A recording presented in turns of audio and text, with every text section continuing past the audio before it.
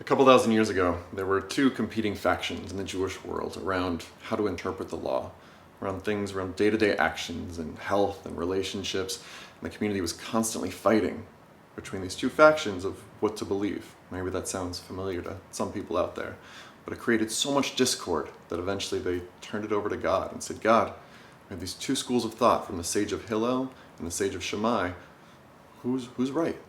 And God actually responds. God says, these and those are the words of the living God. In Hebrew, it's elu ve'elu, these and those. And basically saying both of them are right.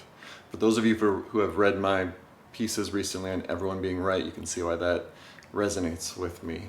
But it presents another challenge, that even if both are right, we still need to decide how to live our day-to-day lives. And so God actually continues. He says, for the rule of the law, we'll follow the school of Hillel. Now, brings up an obvious question that if both are right, why Hillel? And it's said that what Hillel would do when he presented his opinions and determination, he would actually present Shammai's first. He would say why Shammai and that school of thought that he disagreed with, why they believed what they believed before he would present his own opinions.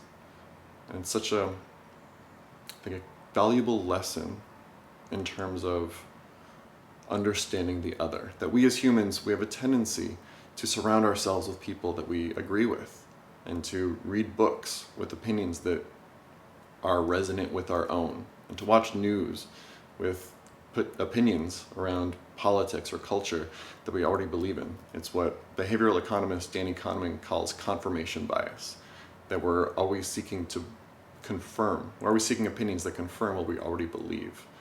And yet, back to the Hillel and Shammai story, the fact that Hillel is the one that was followed and is still followed today in the Jewish world highlights the value in understanding opinions that we disagree with.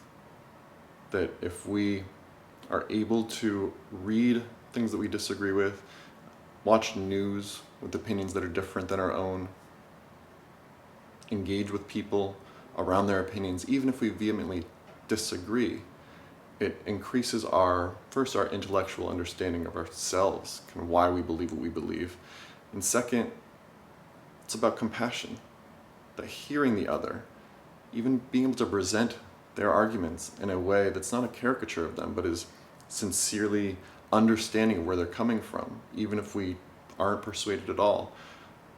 That understanding of the humanity of the other and that compassion that can result, it's a beautiful thing.